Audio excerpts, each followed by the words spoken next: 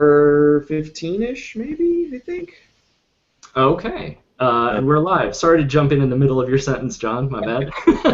Hello, everybody. Welcome to episode 2 of the ShrikeCast. I'm here with John Harper to chat about Blades in the Dark, his new RPG. So, hey, John, how's it going? Tell us a little bit about Blades. Hi, it's going well. Yeah, so Blades in the Dark is a tabletop RPG. It's about a crew of scoundrels in a haunted fantasy city trying to make their way. You start out kind of at the bottom rung of the criminal underworld and try to work your way up from there. So it focuses on playing a crew and the development of that crew, and then the characters that come in and out of that crew as the story goes on. Nice. Now, when I first heard about Blades, I can't remember where I was, probably just chatting on story games, something like that. One of the first things that got me excited about it was the idea that it's in a persistent location and the characters' relationships to the environment around them is really important. This is something that I've gotten intermittently in my gaming history. Like, okay, we've hopped out of the dungeon and now we're hanging around in this town. We've been in the same town 50 times before. We have some things going on that we care about, some friends and enemies and all that. And whenever play has kind of dwelled on that, I really enjoyed that part of it. So for Blades, I'm wondering, what approach did you take in terms of defining what's going on in the character's world? What is a faction, for starters? Yeah, yeah. To backtrack slightly, I've had that experience too, and like intermittent successes with that until the first kind of sandboxy play that I really started doing with D&D and later, well, moving all the way up through Apocalypse World and Stars Without Number and those kind of games. Um, those all definitely played into the design of Blades in the Dark and trying to capture that the intermittent success and try to make it into something more reliable. Yeah. So yeah, factions is definitely a main component of that. The Like you said, the setting is persistent and it's somewhat of a pressure cooker. One of the aspects of the setting is that the world was destroyed in a big magical cataclysm 1,000 years ago, and the sun kind of went out, and the land is this blasted apocalypse of darkness and angry Whoa. ghosts and things. So to survive, the early survivors created these little enclaves protected by magic, but as magic faded over time, they built these technological solutions like these big lightning towers that keep spirits out of the cities. And Oh, over sweet. time, those built up. So there's a sort of in fiction reason why it's not you can't just sort of leave easily. You're, Right. Cool. you're sort of trapped here. And it also creates a dynamic where everything is sort of accounted for. So every scrap of turf is already claimed long ago by somebody else. Every faction has to take from another faction if they want to get more than they already have. It's the zero sum. Uh, Oh, nice. so every time you make a move, or a faction makes a move, it pushes somebody else out of the way, or pulls someone else along, or tears at a relationship, or something like that. So the faction system, there's 24 factions that the game defaults to. There may be more like 30 in the final version, but and they're sort of ranked on this ladder from the top tier, which is the sort of scope of a faction. Your tier, if you're tier 3 or 4, you have lots of guys and you have lots of resources, and Okay. at the bottom, tier 0, you have nothing. It's just you and your friends. You haven't kind of gotten onto the bottom rung yet at tier 1. Nice. All right. And that's by default. That's where the game starts. Although you have an option to start at any tier you want if you want to play a future game where you start out at tier 3 and see how that goes. So that's an option too.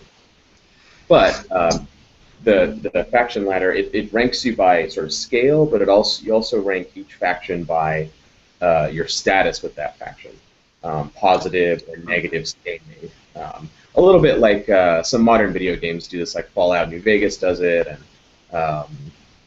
there's another one that I'm blanking on right now that has a good faction system. But everything you do either helps your standing with a faction, hurts your standing with another one, or there's a sort of secondary level of effect. So if I help this faction, I may lose status with one of their enemies.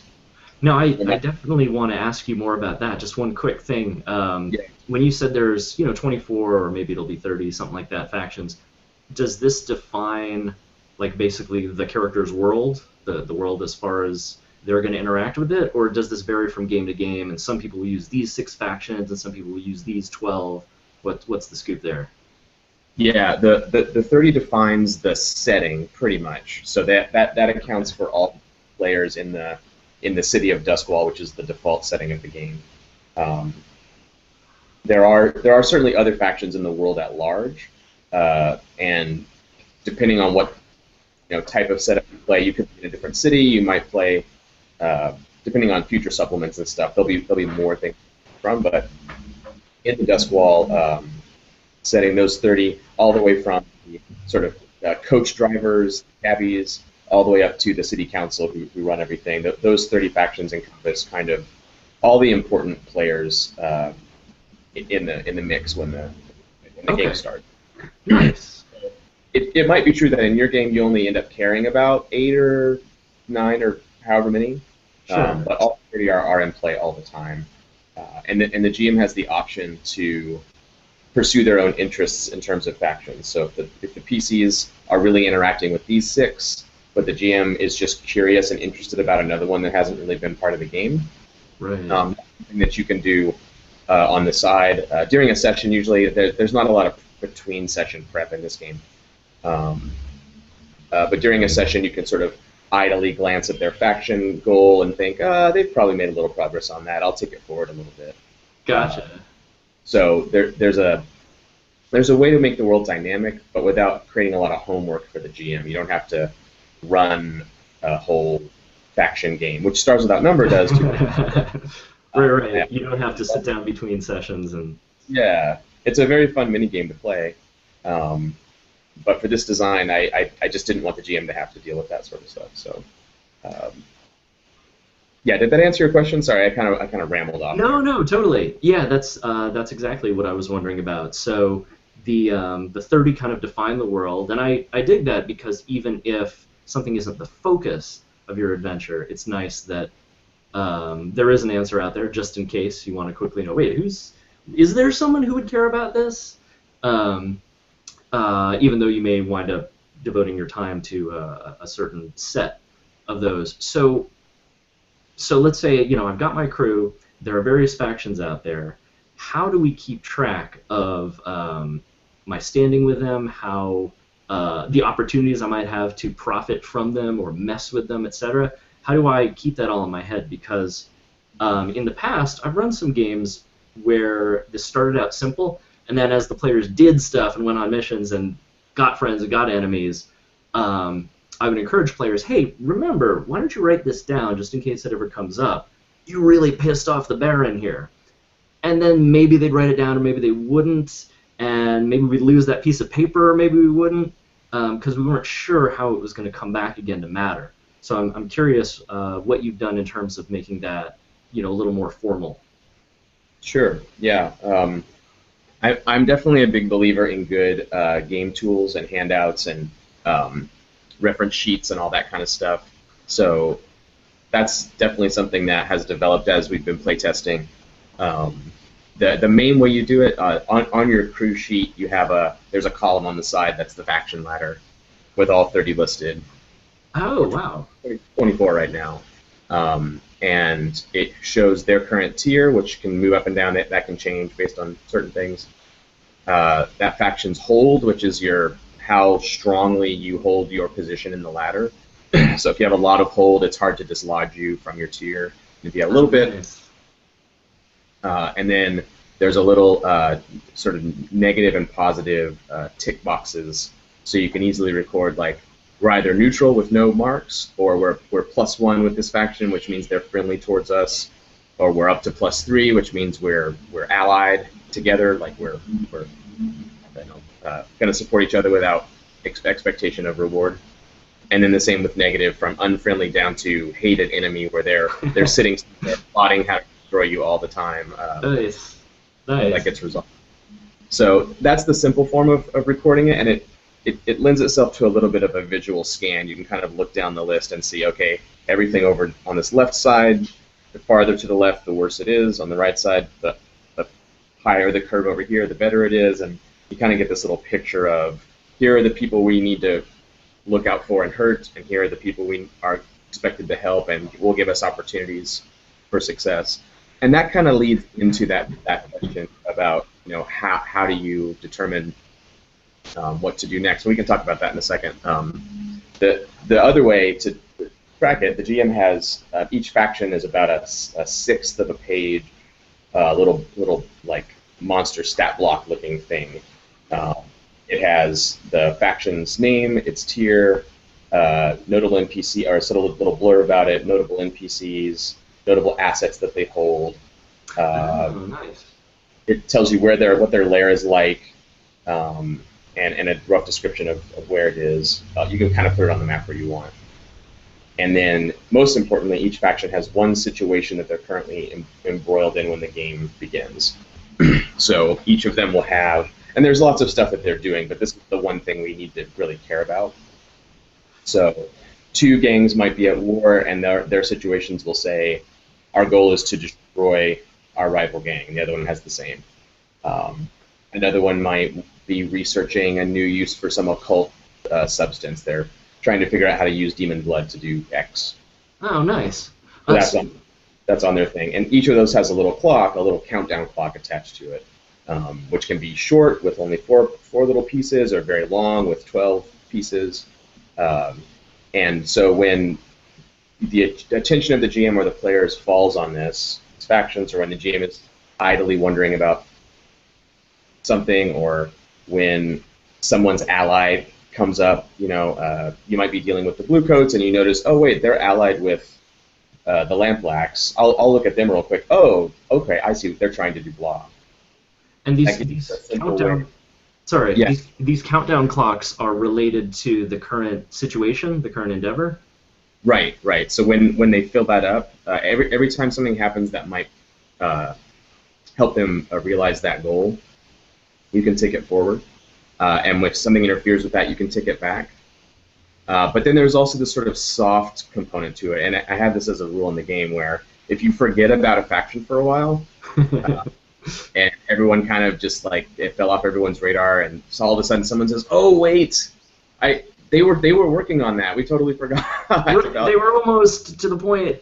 They were doing it, and then at that point the GM can go pull out the little sheet and just take it forward, however many, to sort of catch up and get it back into play. There's no regimented, do it once per session or anything like that. It's very fluid that way. Because I want to acknowledge the fact that sometimes people just forget, or oh, totally. I want to give good tools to record everything, but also not make it this chore. Like we have to make sure we record it every time just right. If you don't get it right, that's okay. There's a lot of wiggle room there that the game doesn't fall apart if you mess it up. So when a countdown clock completes for one of these, do you say, all right, they got what they wanted, and now I'm writing a new situation, which is going to be the next thing they're up to in the next clock? Yeah, if you care to, sometimes the realization of that thing will sort of carry them out of the interest of the game to some degree. It depends on what the goal was. That phase of that faction being interesting might be over, and in which you kind of let them drift into the background. But if everyone's still really interested in the faction, especially if you've helped them achieve this goal and you've gone all the way with them to this new phase, okay, now we have this new use for demon blood. Now we're going to start the market. Then you might create a new goal and follow that. But it's all driven by sort of the interest of the group, what you care about. So just to backtrack a little bit, you mentioned about the kind of positive and negative, our crew's relationship to this faction. This one's really bad at us. This one's our trusted ally, etc. So does that numerical ranking do anything in play? Do you ever look at it and say, okay, we got a +2 with these guys, and we want to make sure we don't lose that, so let's do them this favor. Or um, there's a thing that we want to achieve. We really need some help, so let's try to rope in the guys we have the +2 with. Does that number matter in terms of what you can or want to do? Yeah, it does. The number sets the basis for interacting with that faction. So if they're +1, um, they'll entertain the possibility of helping you on terms of as long as it doesn't cause them any hardship of any kind. So that's the stipulation, and you can negotiate that with trades or money or promises or however you want to deal with that. And then likewise with -1, they'll try to hurt you as long as it doesn't cause them any trouble.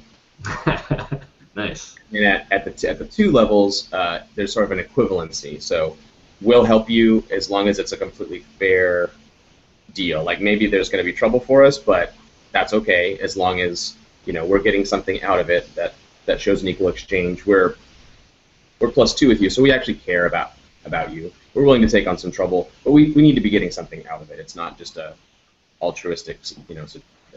And then the 3 tier is it doesn't have to be an equivalent exchange. It could totally favor one party or the other in that alliance, because it's a mutual benefit sort of pact. So the NPC group can come to the PCs and say, look, we need your help with this, and we expect you to help us because we're friends. Right.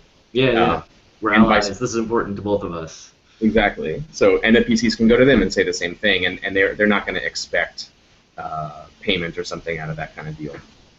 And likewise with enemies, once it gets to -3, they'll try to hurt you just out of meanness and hatred.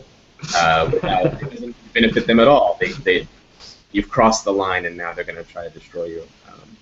But one little wrinkle of the game is, as your crew develops, there's sort of a development phase of the game where you roll some dice to see how much of your loot you hang on to and how much of your hold you gain and stuff like that.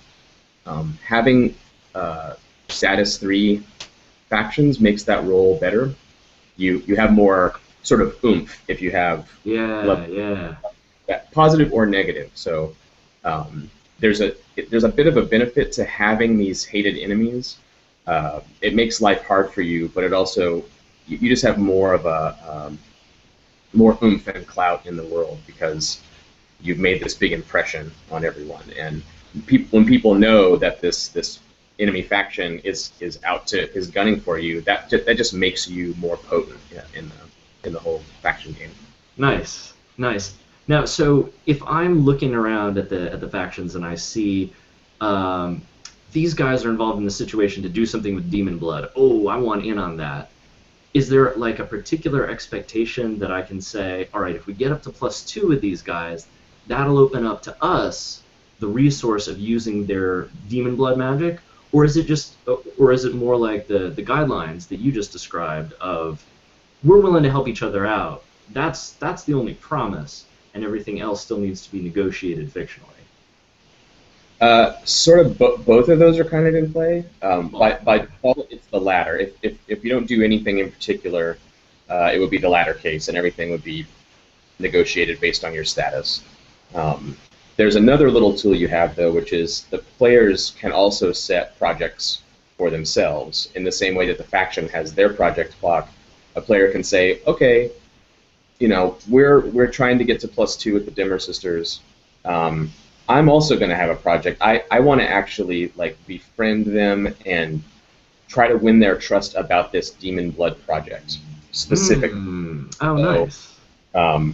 The crew might be doing missions on their behalf to raise that status, but that player during their downtime, you would ask them how they want to pursue that. They might say, well, the Dimmer Sisters are from Severos, just like I am. I'm gonna, find this nice Severosi wine and invite them to drink with me, and we're gonna, consort with each other, and we're just gonna become friendly. It's gonna be a nice kind of thing. Oh, sweet. Or however they want to pursue it. Right. Once those two things, come to fruition, now we're +2 status with them, and also I finished my project to, be brought into their secret project. That would sort of color that +2 status with a particular permission. Um, Gotcha. Do you yeah. find that that's the norm that when players are like, "Ooh, we want to get in good with this faction," that they also need to establish a specific, "Here's what we hope to gain, and let's play that out," or do you find that there's plenty of like, "Nah, we just like having friends." Period. That's good for us. Yeah, I think the norm is a little bit like of a disconnect there, where often when it comes to factions, the status stuff is happening because of in the early days you're often just taking whatever jobs opportunities you can find or muster up yourself, and Ah, the resulting status changes are kind of just consequences from those jobs. They're not necessarily particularly guided by the players in the early stages. right. Uh, Okay. but the interpersonal projects definitely are. There just isn't always a one-to-one correlation. Like often someone will, like in our current series, right when we started this most recent one, during an operation in one of the Blue Coats, the sort of the City Watch, they were in one of their watch stations, and in order to do a thing, they needed the assistance of one of the scriveners because they were trying to find these old case files and they didn't have a filing system, so they didn't know where it was. So they said, "Oh, well," the sort of one of the guys who's a good talker, good face guy. He's like, "Well, I'll just I'll sort of befriend this scrivener. Um, they're dressed as blue coats in stolen uniforms, and um, I'll sort of win this guy over and get him to go find it for us, so we don't have to go back there and search this through this impossible catalog." And he ended up super critting his role and getting this amazing result, which then lets you ask for something extra. And he Sweet. said, "Well, okay, he's going to help us find the thing. Can I start? Can I take him as a contact and start a little project on like becoming this guy's friend? I want to befriend this scrivener and also sort of be brought into the world. There must be a lot of these people Yeah. who like work the logbooks in the police precincts. That would be a good group to be friends with." So he sort of started that as a separate thing. It didn't affect their status with the Bluecoats, but it did create this kind of like separate, channel, uh, almost a mini faction or something, that was Right. just embodied by this NPC contact that he had. And now, actually, after several mini sessions, he started a union for scriveners and is trying to sort of create this this opportunity, money-making opportunity on the side. They like rake some of the union dues out of the scriveners' coffers as one of their sources if of income. if I were playing this, I'd totally be that guy. Yeah. Nice. Um, so I think I hear what you're saying about like starting when you're a small fry and you're just starting out. You don't have the ability to just say, "Here's who we're going to target. Here's who we're going to befriend. Here's what's going to happen." A lot of that's emergent from doing what you have to do. I'm wondering if is there a time when the game does become more like overarching player schemes, or is it mostly like responding to what's already happened, the emergent stuff, the pickles you've already gotten yourself in, or does it ever shift to like, all right, guys, we're forming a strategy. We're going to go after this faction, this faction, this faction on our way to the top of the ladder, that kind of deal. Yeah, yeah. It, in my experience, it varies by player group a lot. Um, some groups are used to a GM gives you a mission sort of role playing, which this game is not like that. Uh, but yeah, there is a way to play that way though. If you're used to that, instead of just having the GM do all the prep, you can look at the faction list and say, okay, uh, we're +2 with these people. Let's go ask them what they need. We're thieves. Let's go ask them if they need any thieving done. And then, in a sense, the GM is giving you a mission in that regard, right? But I mean, they're playing the NPCs who have needs, and you go and talk to that guy, and he says, "Oh, of course, I need something stolen." You look at his little faction thing, that a thing he's trying to accomplish, and you think, "Well, there must be something that he needs that he could have them steal for him, right?" So you Nice. tell them what it is, and then they go pursue it. So that's one way of playing, and I think some groups naturally gravitate towards that.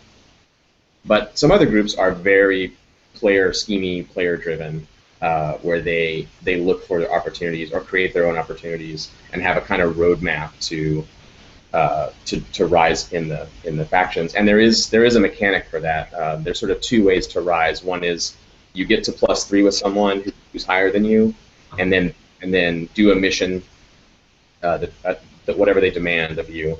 And if you succeed at that, you move up one tier and sort of read nice. your stuff and secure your place there.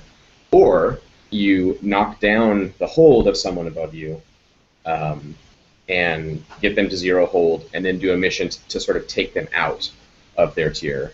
And if you succeed at that, then you take their place. They drop down 1, you go up 1, you rework your hold and stuff.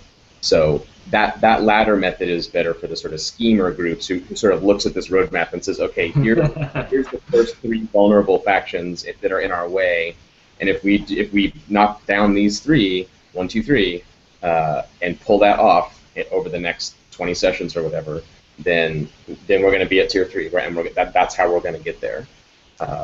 Man, that sounds great to me, and I think a lot of the groups I've played long campaigns with, the thing that keeps people coming back session after session is the ability to forge those plans and then chart their progress. And I can easily imagine how, like, we know once we get to +3 with these guys, we're gonna have the opportunity to climb up, and each tick, you +1, +2, +3, feels like really important progress. That's great, but then there are other nights where people show up and are just kind of low energy, and they had a long day at work, and they're just like, just send us on a mission. So, yeah. Yeah, both options. That's cool. How do you knock down somebody? How do you knock down their hold and knock down their tier? Yeah, so you either have learned how to do that through play. Something has come up through player discovery or the consequences of another action or a job where that thing has just naturally appeared in front of you, where you recognize this opportunity to hurt another faction. That's one way to do it. Or you tell the GM, hey, we want to knock down the hold of so and so. How can we go about that? And then you engage the game. The game has a sort of gather information procedure where you can investigate things in the world, ask questions. It's a little bit like Apocalypse World, read a situation kind of thing. Oh, okay. You can go case a place. You can stalk someone and follow them around to find stuff out. You can consort with your friends and contacts to get information. Through that process, the end goal of that process would be learn of an opportunity to reduce faction X's hold. So once that thing was completed, you would learn that information. Then you could form a plan to go do it. Then you would go execute that operation, and if that was a success, then you reduce that faction's hold by 2. But by default, it's 2. There's ways to make it 3. And you chip them down. So as soon as you chip them down to 0 or less, and you can't be negative hold. Right. Okay. That makes them vulnerable to the next operation to seize them. So, and there's a variety of ways to go about it. In the current series, the way they've been doing it lately is to sort of co-opt the faction instead of destroy them or kill their membership or resources. There's lots of ways to go about it. This particular group has sort of targeted the individual cells of this faction and extorted them, essentially. You work for us now. And they've gradually gone through the cells until they got them to 0 hold. And then the last session we played, they finally got the leadership in a room, killed 2 of the 3 of them, held the final guy at point and said, this is it for you. Your faction is now our faction. The guy was like, I couldn't agree more. So that's the way they chose to go about it. That sounds great.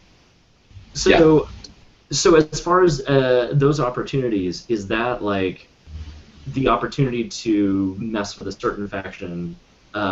Is that always going to be on the table, or is that a result of a successful roll, or is that kind of up to what the GM thinks makes sense given what's been established so far?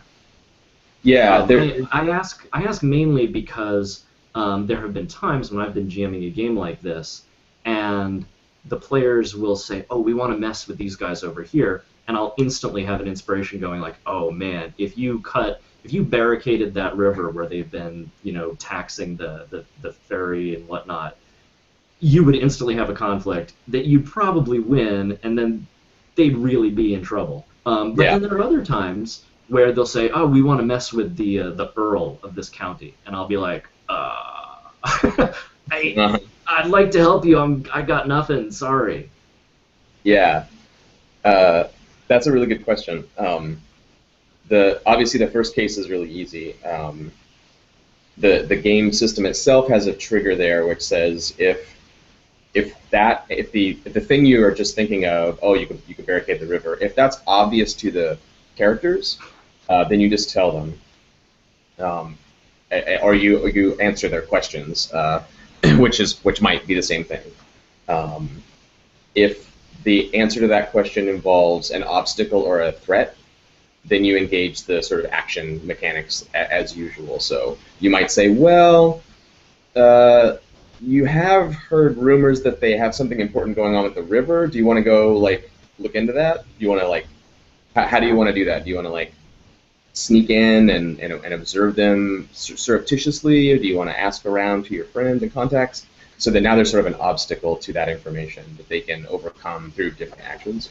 And there might be dangers there too. The simplest danger being this faction finds out that you're plotting against them. Maybe that would be a danger. But that's an easy case because you as the GM had an idea right away on how to answer the how are they vulnerable to us question. Right. And if you don't have an answer right away, then the only way to do it, in this game anyway, is to take a step back, tell them that. You say, well, I don't know. They don't seem vulnerable to me. You don't know of any way that they're vulnerable. Right. I don't either. So how can we solve this problem? How can we go about finding that out? You don't know anyone currently who knows how they're vulnerable, because I don't, and I'm the GM. Right.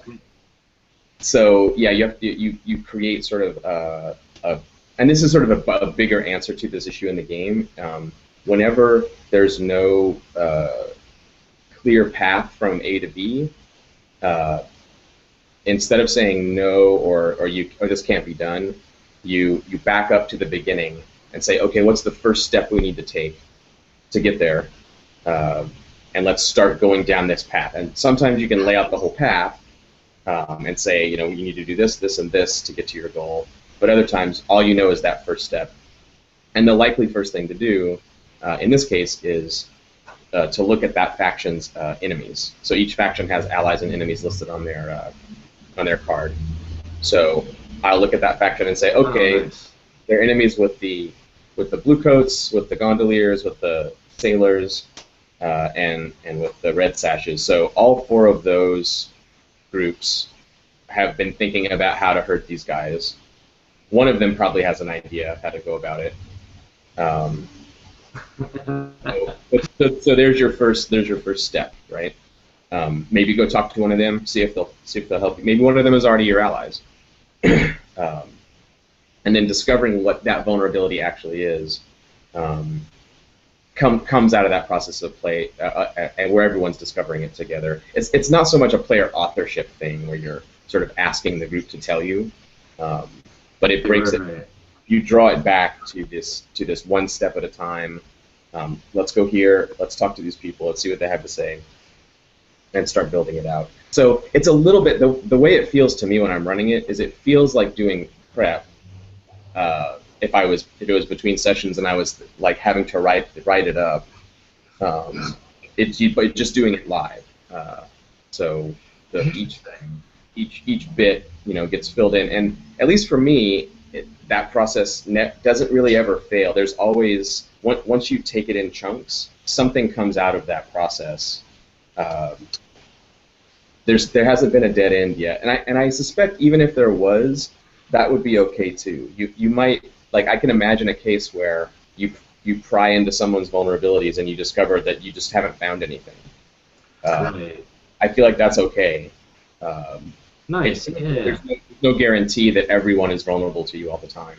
So I mean, the one I completely agree, especially if the process of finding out. No, we learned nothing. As long as that process is fun and interesting for its own sake, sure. The one problem I've run into over extended play with that sort of dead end is that if the players are like, well, how are we going to mess with this faction? And I say, I don't know. Why don't you try a thing? And they try a thing and it gets them nowhere.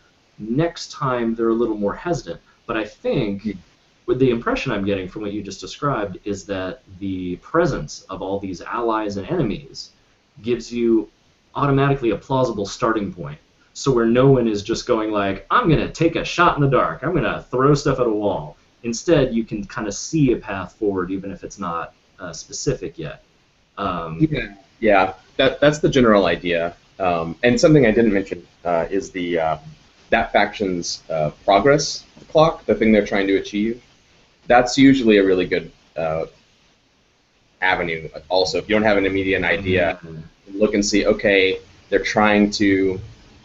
The person who ran their faction just died. There's new leadership, and their current situation is they want to reestablish dominance on their district.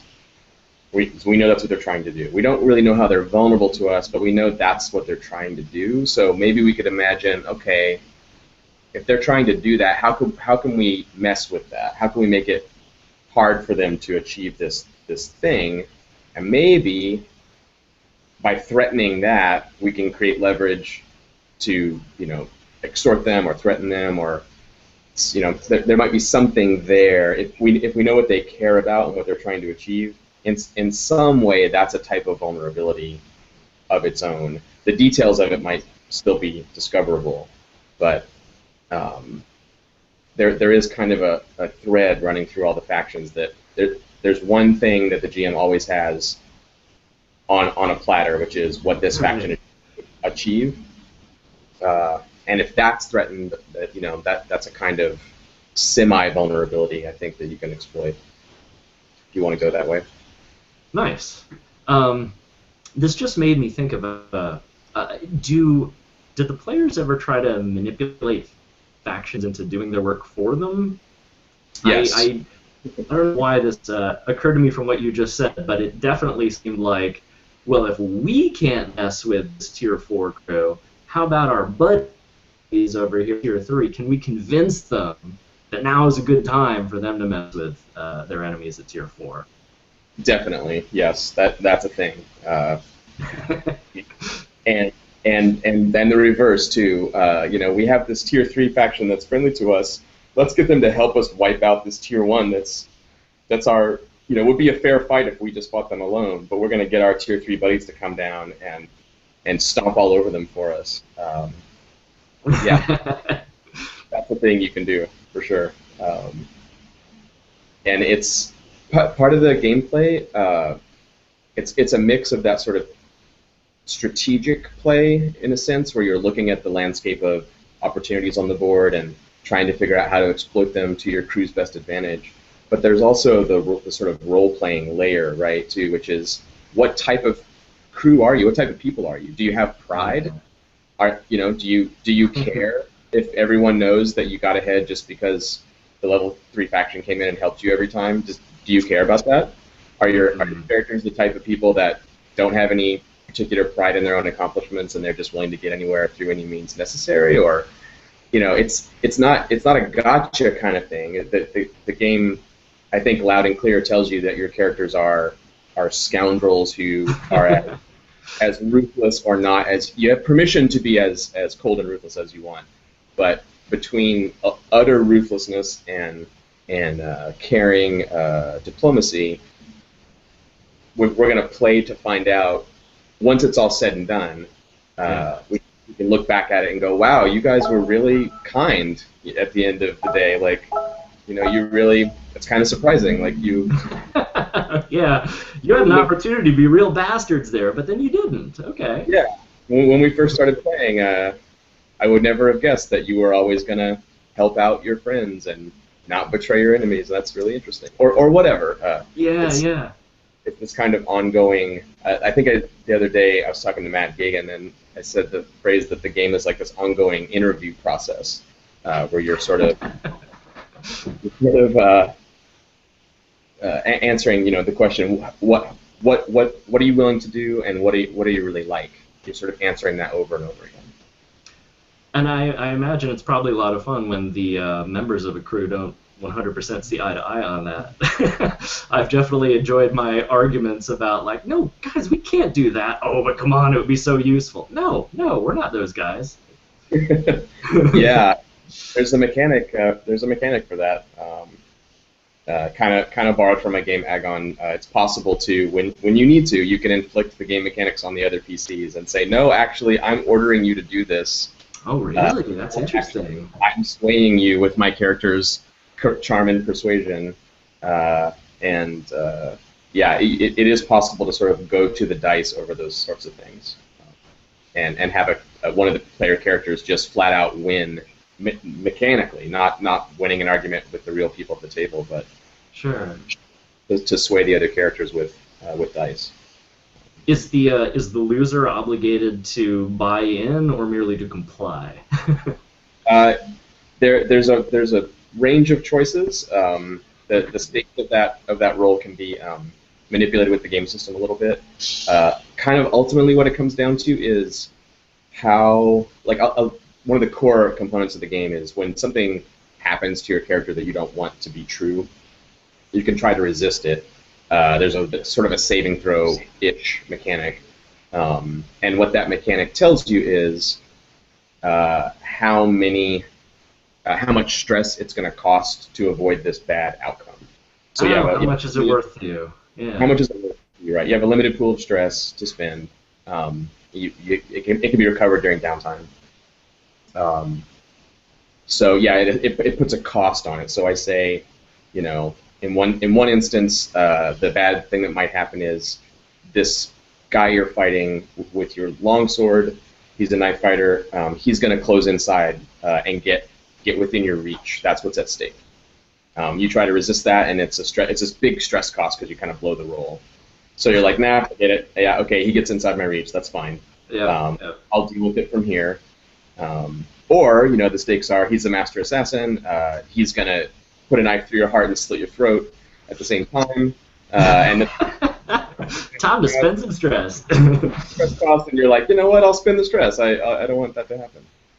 So that same mechanic can happen with PC to PC interactions where they can, sway you or command you or whatever they're doing. And if you say no, I'm not, I refuse to be swayed, then you can resist and see how much stress it's going to cost you, and then you can decide, well, I'm still going to stand up to you. I'm not going along with this at this point. I'll spend for stress to. That's how much I care about not following your orders. Yeah. And then you could launch your own counterattack on them and say, no, I'm commanding you, and they can spend stress to resist, and the crew can just like burn each other out on not getting along and not having a leader and not being able to compromise, and you can just really ruin yourselves over that kind of stuff. You know what? If it was survivable, and I don't see why it wouldn't be, I would almost want to do that at the very beginning. Just to have the crew learn what not to do. Guys, this is not how to get things accomplished. Yeah, that could be a lot. Yeah, because by default, it assumes through the process of character and crew creation, you have to sort of come to consensus about some things together. And one of those things is choosing what type of crew you are. So that usually isn't constantly up for grabs. Sure. At the beginning, you've decided we're smugglers or we're assassins or whatever. Another problem that I had with these kind of sandboxy games was every 4 or 5 sessions, the group would have this long meeting about, like, what are we trying to be, you guys? Yeah. I thought we were supposed to be merchants, but are we pirates now? Or are we trying to be a cult? Like, what are we trying to do? Right. Being a pirate seems fun, but we didn't really design these characters to be pirates, so... Exactly. So at least you have this kind of idea that everyone's on the same page to start. Yes, we're smugglers. So you can at least fall back to that point and say, okay, we don't have to come to blows or come to stress and command over this. we're smugglers, right? Can we just agree? Let's do a smuggling job. And the other issues that we're dealing with, we can deal with those other ways, but let's at least get back to what we're really about. So it's not always this constant like who's really in charge, what are we really trying to do? Let's have a big argument about it. Sure, yeah, that could get old. But there's an interesting mix too, because there's not always a one-to-one correlation between that argument and the players having the argument. Of course. Yeah. Sometimes, you know what I mean? Sometimes it happens where the characters are at odds, and we're willing to go to the dice over it. The players aren't. The players are like, well, I'm fine with doing the cult thing. That sounds cool. But my character totally doesn't want to do that. And so someone says, all right, I'll just command everybody. And they make their roll, and people spin their stress or not, and it gets resolved that way. It's almost like a character-defining, interaction. Oh, absolutely. I've definitely had that where, as a player, I wanted the party to do the ruthless, effective thing. I just didn't want my moral character to be complicit in it. So by failing a roll, I got to have my cake and eat it too. It was all good. Yep. There was one thing. This is jumping back a little bit, but a lot of my curiosity about Blades is about how you take the things that a lot of GMs might already want to do, might say in their head, yeah, this is a good idea, I should do that, but then make it a little more natural to work into play. And one of the ones that just came up is the support of a faction.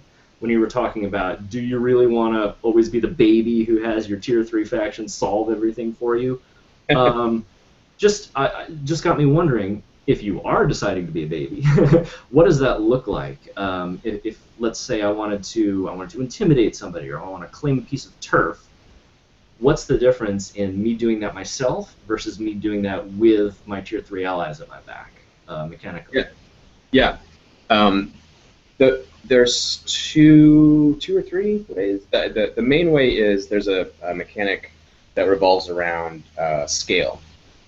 So if we're a tier 0 crew and we somehow have managed this tier 3 friend, at tier 0 that's also our scale. We're scale 0, which means at most we can muster a small gang of whatever, of fighters or thieves or whatever we have in our roster.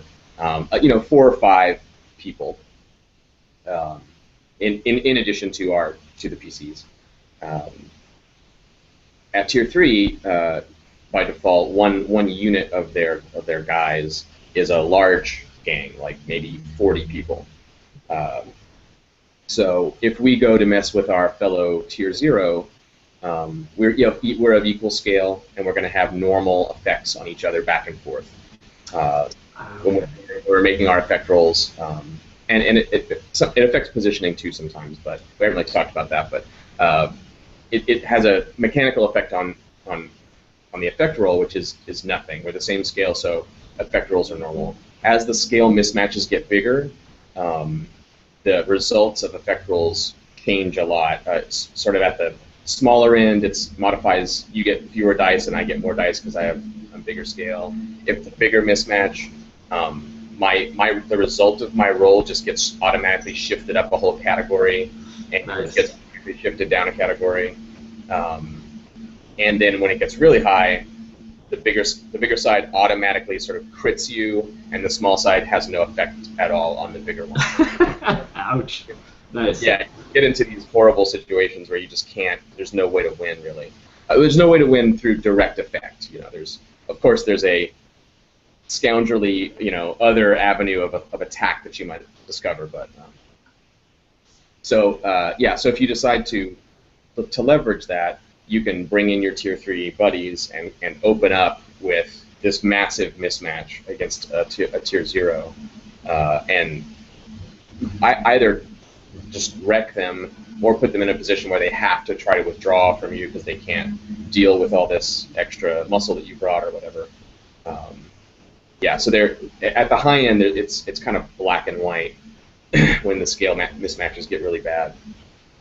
Cool. Well, now I feel like now I have a little better idea of how the of what the relationships between a crew and a faction are. I'm still a little fuzzy on how those get how exactly those get changed. I assume that part of this is the outcome of missions that we undertake, right? Like I decide, oh, we're going to do a thing to try to make friends with these guys, and then how that thing goes answers that question. Now, is Yeah. that like emergent from we made 50 different roles and performed 50 different actions, and the outcome is something that we think this faction would like? Or is it systematized in some other way, like, well, given that we succeeded in the objective we set out, now we get to make a "Do you like me now?" roll, or what's the deal there? Yeah, yeah. Uh, the latter option is on the table. There's an action in the game called consort, which is sort of when you try to do that kind of thing, when you schmooze and deal with people, make friends, you roll consort. So you can use the events in the game as leverage to make a consort roll if you think that's pretty much what you just said. Like, hey, we've been looking out for your interest lately. Maybe you should like us more now. And you paint the picture of how that goes down. Where it happens, what you do, who's there, all that stuff gets put into the resolution. The other way to do it is to just be very explicit and go to that faction up front and say, how can we help you? What do you need? Or we have an idea for this thing that can help you. Yeah, You yeah. think we should do it? And when you agree, you can sort of set, by default, it's one status tick, but you can negotiate. There's other ways to change that bargain. But by default, you're sort of in for one, and you go do the thing. If you do it, your status goes up by one, and Nice. usually goes down by one with one of their enemies. Um, but then you can step in and consort for that. You can say, well, hang on, I can smooth that over. Just let's go talk to him. Listen. Yeah, nice. And I know you guys are at war right now, but look, we are not your enemies. We're Yeah. you know, and that's again a kind of general principle for the game system. There's always um, outcomes and consequences, or pure statements of fact. Um, and all of those things are contingent. So whenever we arrive at some outcome, you die, or you lose one status, or your lair burns down, or they like you now, or they hate you now, or whatever new thing gets introduced into the fiction. It's true only in the 1 second before someone says, whoa, whoa, whoa, hang on, wait. What if we don't want that to happen? What if we don't want that to be true? Yeah. And then you re-engage the process of the conversation and the game system to say, okay, well, how on earth are you going to keep this from occurring? This Right. obviously it happened, and so it's like some games in that sense, and unlike others, and it requires some player training to get used to that idea that you don't just have to sort of accept everything. Um, when the GM says, you pissed off the Unseen, the most powerful gang in the city with secret membership, and you don't even know who's in their gang. One of their masked agents told you if you messed with them again, you'd regret it. They burn your lair down. It's you wake up, the lair's on fire. How can you get out alive? The players may choose at that point to figure out how they get out alive. But they also have the ability to say, whoa, wait a minute. We have our lair is hidden. We have 2 dots in our lair, you know, rating. We probably have lookouts. We knew that they were going to come for us, right? I mean, could they just burn it down, right? And then you're like, okay, great. So now we have Yeah. to play with here. Now we can either go all the way and do a flashback to the day before and dig into it from there, or we can just resolve it in the moment here to see like how bad the fire is and how far the unseen have penetrated your security or whatever. Once you get into that mode of that contingency of everything is up for grabs, but everything is a struggle or a fight or an obstacle or the dice speak. It creates an even bigger landscape of play. It's not just what's right in front of our face all the time. It also includes the recent past and sort of game state stuff can be. Oh, interesting. Okay. So the GM still gets to be the GM and introduce stuff and be active and say, hey, I've decided this faction is going to come after you hard. It makes sense to me, so that's what's happening. And yet, that isn't the end of the conversation. You know, it's not too late. Some things could still have happened to modify how this works out. And to sort of facilitate that, what we haven't really talked about, maybe I'll touch on it briefly. When you resolve actions, there's 3 states you can be in during that resolution. There's a controlled state where everything is under control. It's planned for. Probably you've set it up ahead of time, or it's very low stakes. That's the best case. There's a risky position, which is sort of in the middle, sort of a fair fight scenario. And then there's desperate position, where you're really behind the 8 ball. Things are not they're set up in your enemy's favor. Gotcha. So with that landscape, that does allow you to do those kind of things where you say they're coming for you hard, they're really gunning for you now. It's not just a matter of a player saying, okay, I'm going to make a diplomacy check, and now they're our friends again. You can say, oh, okay, if you want to do that, first of all, tell me why they would even meet with you. So that's the first problem we have to deal with. And if somehow you win those roles in that situation, where you even can talk to them, now you're in a desperate position. How are you going to win them over with words? I mean, that ship has sailed long ago. Yeah. But as the GM, I don't say you can't do it. We say, all right, let's play to a point where that conversation can even happen, which may be easy or hard. And then when it does happen, you're in a desperate position. And if you really want it, walk into that desperate position and roll the dice and take your chances and go for it. Right, because you've already had your chance to make it not be desperate, or maybe that chance was never on the table due to the fiction, but here you are now. Yeah. Or that's a different line of adventure, right? Where you say, well, I don't want to do that. I want it to be controlled. Okay, you want to hold them off so they don't destroy you, and you want it to be controlled, and you want to do it all today before they send their guy. Like, how are we gonna, right? So you go down that path and see where it leads, which in that case is probably not a fruitful line. Now, I'm wondering, is this a game that you can like? So it strikes me that depending on how risky a group wants to be, how long the odds they want to play, how ambitious their goals are, who their friends are, who their enemies are, I can definitely see how you could advance very quickly.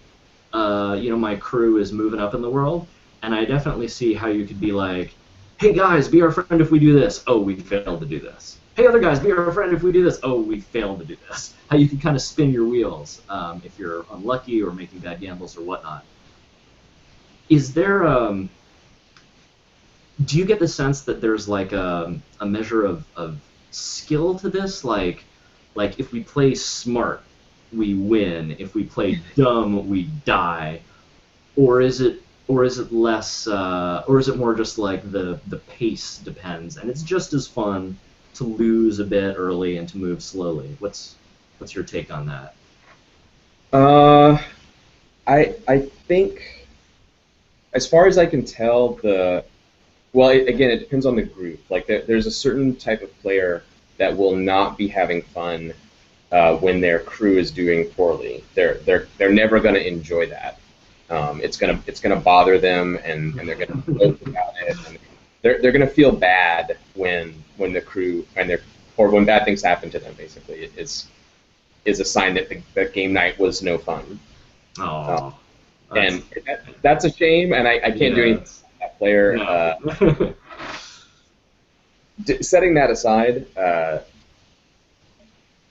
doing well and doing poorly are both really fun. I think because your opportunities change, but the action of the game, like you're never taken out of it. It's not like you as the player are missing opportunities to portray a daring scoundrel. If your crew's doing well, you have these opportunities at possibly higher stakes and bigger scales. And if your crew's doing poorly, you still have those opportunities, possibly more desperate ones at smaller stakes. But you're always doing the thing of playing your daring scoundrel. It's just the situation that they find themselves in is what changes as the faction game progresses. I'm totally on board with that. I was just wondering, like, if I'm setting these goals and I want to move forward, I guess I'm wondering what determines whether I do move forward. Yeah. Is it more about clever fictional positioning and agreeing with the rest of the players and the GM on what's going on and coming up with some clever ideas, or is it more about dice luck, or is it really just like there's no formula to it? It's different for every group. It's I think the clever idea. Well, clever ideas definitely trickle down through the whole system, but definitely at the opportunities level, there isn't really a like roll for a good opportunity type thing. Right.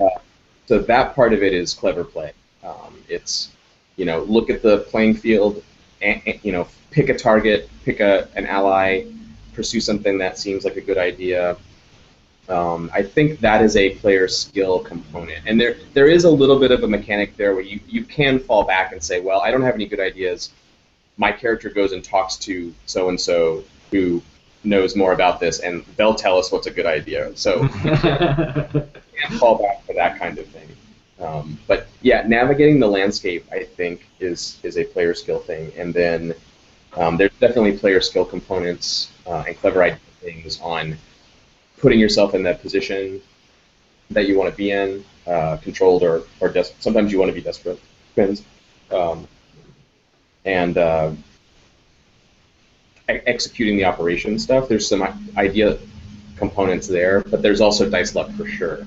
The game is so all three of those states. The controlled state is 3 out of the 4 outcomes are all good for you, and the 4th outcome says it turns out this isn't controlled after all. It's risky. Do you want to try it anyway? Like you run into an unforeseen problem, or you can back off. And then desperate is 3 of the 4 outcomes are bad things happen to you, and one of them is, hey, you pulled it off anyway without a scratch. Good job. So it does give you this cushion, or it's sort of a double-edged sword there. Like there's even in the controlled case, it can still kind of sort of go wrong, but even in the worst case, you can pull the iron out of the fire. So a really good plan will put you in that controlled position where you have a very high likelihood of keeping your controlled position and carrying forward, but there's a chance that it won't go smoothly. And a really bad plan will put you in that bad dice position, but with some lucky rolls, you can sort of pull out of that problem. So dice luck is definitely a component of the game for sure, in both directions. Cool. Yeah, I mean, I didn't mean to imply that the game would be less fun if we weren't always making constant progress. I was just curious about, like, as you navigate the successes and failures, what kind of what sort of learning curve is there in terms of either system mastery or just working together as a group to identify what's productive, that sort of thing. You just mentioned the issue of like whether you have a good plan. I like making plans. I know some players hate it, just want to move on to the action. Personally, I really enjoy coming up with a good scheme, although I acknowledge that the process of doing so is not, in some games it can go on for way too long. What is, and sometimes even longer than that. But what is the way that Blades handles that portion when you know what your objective is and you're deciding how exactly you're going to pursue it? How does that part work? So by default, the players don't do planning at all really. Okay. The characters do, but there's kind of 2 modes. There's the classic mode, which is plan the thing, sit around and plan it, which you always have the option to do. I sometimes enjoy that too, although I played enough Shadowrun when we never did any Shadowruns. Oh, man. Um, it led me to design this mechanic for Blades in the Dark. So by default, you decide on your objective. Okay, we're going to steal the Demon Blood distillery apparatus out of the Dimmer Sisters' house. Okay, we know that's what we're trying to do. The GM says, okay, what plan did you make? What plan have your characters made for this already? And the players choose from a list of 5 plan types. So cool. there's an assault plan, there's a deception plan, infiltration plan, social plan, occult plan. Each of those types is missing a detail that the players need to provide. So they say, okay, we made an assault plan. We're going to set the house and steal the thing. So the GM looks at the missing detail and says, all right, what's your point of attack on the house? And if the players look back and go, we don't know, we've never been there before, now you have a gather information opportunity, right? You need to, either they say, fuck it, I don't care, we just go, we'll just show up and kick down a door. They probably have a door. You can do that. Or they might say, okay, well, that's a good point. Maybe we should go look at the house first and see where a good place to attack is. But assuming you have the detail, you say, okay, we've chosen an assault plan. What's your point of attack? We know they have that underground canal entrance. So let's go through there. It might be more lightly defended, let's say. Let's assault from that point. We've decided that's their weak point. Then the GM says, okay, who's on point? Which one of the players raises their hand and says, it's me, and they're going to be the first character to act when things start. And that position, the point position, sort of shifts around the team as you do stuff. And then the GM cuts to the scene. They say, okay, you're running down the corridor towards the gate to their sewer entrance. What do you do? And that player smashes it open with their sledgehammer or whatever. He assaults. So that's the default method, where the plan is literally just picking a type, putting a detail, and then you cut right to the action. So it's about a 2-minute process to do that. Now, in truth, sometimes planning is more involved than that, because there's the discussion about what we're going to pursue next, and then probably somebody says, well, let's case the joint, or let's follow the guy back to the lair first, or there's a little bit of that traditional planning business goes on at that point. But the actual planning part, we skip over that. I just had too many experiences where players would sort of run the operation during the planning phase and shoot down every good idea because it might not work. And so the only possible plan was one that had a 100% chance of success. And it's like the horrible thing. The opposite of a good brainstorm. It's like, instead of just writing down every idea, someone is going, well, that would never work because it would be too tall, and it's just killing every idea as it's brought up. So this circumvents that. No, I like the five types of plans thing. I've never run into that before. That's really neat. I would love to check that out, because it's not the sort of hand wavy, it doesn't really matter what you do, we'll just assume you do something. No, you are making decisions. It's just a structured way to make them quickly. I like that a lot. That's cool. Cool. That means a lot coming from you. I know this is one of your areas. I appreciate that. I'm wondering about the connections between, so you mentioned with the point of attack, sometimes it might just be like, we'll find the nearest door and kick it in, and other times it may be, well, we think this canal is a weak point. Yeah. How does that difference manifest? Is there, maybe maybe I'm asking about the most obvious thing in the world, but just in case there's some system behind this beyond just common sense, is there, and what is it? Yeah. So there's I'll try to do this fast. I'm kind of running out of time. No problem. So the one aspect of the game we talked about, the project clock idea. Mm-hmm. Those clocks are also used at a smaller scale. So when you're doing facing an obstacle, by default that obstacle kind of has this invisible 4-part clock. And when you do a thing, your effect is either sort of complete, which is worth sort of 4 pieces, and we know the obstacle is cleared, or your effect is lesser than that. You sort of roll less damage on the obstacle, so to speak. So we know it's still there to be dealt with. So by default, if the GM hasn't really thought about it or interrogated their mental model of the fiction,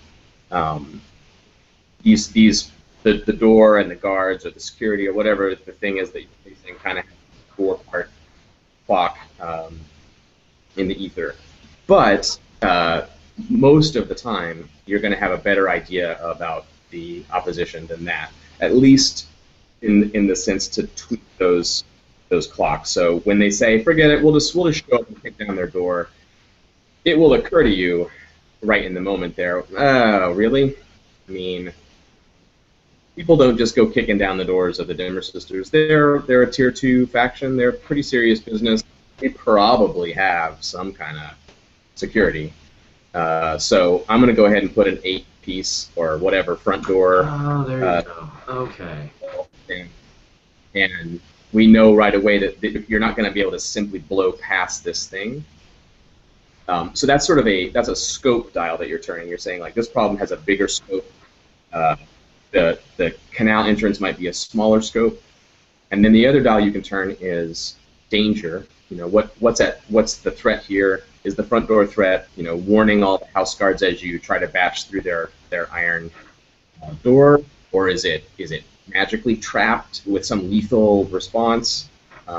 Just attracting the attention of the watchmen in the area, or whatever the danger is. And then the final dial is the position. So someone has to make that initial roll, and it's controlled, risky, or desperate, depending on that approach. Being all sneaky down the canals where no one is seeing your entrance is probably more controlled. Rushing up with the battering ram and smashing through the front door, probably not controlled. Under certain circumstances it would be, but no. So you've got those 3 dials to sort of show the fiction and the mechanics, to say this is a bigger problem. It's going to take more oomph to deal with. Here's the sort of risk you're undertaking. What threat is pushing back at you, and then what's your character's position? What's the sort of likelihood of that threat is going to manifest when you do the thing. Gotcha. Okay, so as you're scouting out your options and figuring out your plan of attack, it's not a deterministic thing where you roll to see exactly how many dice you're going to be posed with or how many ticks are on the countdown clock. You instead establish the fiction, which in turn more or less tells you what those are going to be. Yeah, and it's totally kosher to reveal that if the players say, okay, because they know the system too, right? They might just say, okay, GM, what's the deal with the canal? We're going to spend 2 days scoping this thing out. Is it 4 pieces? Is it 6? Just go ahead and draw it. Put it out on the table. We succeeded at our gather information operations. Go ahead and show us what it is. Gotcha. And then you can play with it too. You can say, okay, well, you know, the danger manifested when you were doing the casing. There was a witness. Rumors are going to spread around that someone's scoping out the Dimmer's house. So I'm going to put down another clock, which is how long you have to do the operation before they know, and they take some nice. to make that canal entrance secure. Because eventually it's gonna change, right? They're gonna take some action to fix this vulnerability that they have. And because your gather information wasn't flawless, now the window for the operation is closing down, and in a couple days somebody will talk in a meeting they're in, and they'll realize they're in trouble, and they'll fix the door or put more guards down there or whatever in response to what you're doing. Oh, that sounds great. I really I need to use countdown clocks more. It's something I've always liked, but having a game that works it in more explicitly and puts it on the play aids is definitely a cool thing. Do you have to run? Because I could keep going all day, but I should probably let you go. Yeah, I would love to. This is a great conversation. I'm going to meet Tony Dowler and some other guys to talk about this stuff. So Oh, sweet. Nice. All right. it's conversations for me, but this has been really great. I'd love to do it again sometime. Cool. Well, I guess that'll do it for now. John will be in touch with links and stuff. I'll also post the YouTube link to my G+. And I guess that's it. Thank you so much. I'm stoked about this game, man. Cool. That's great to hear. Thanks. This was really fun. All right. See ya. Yep.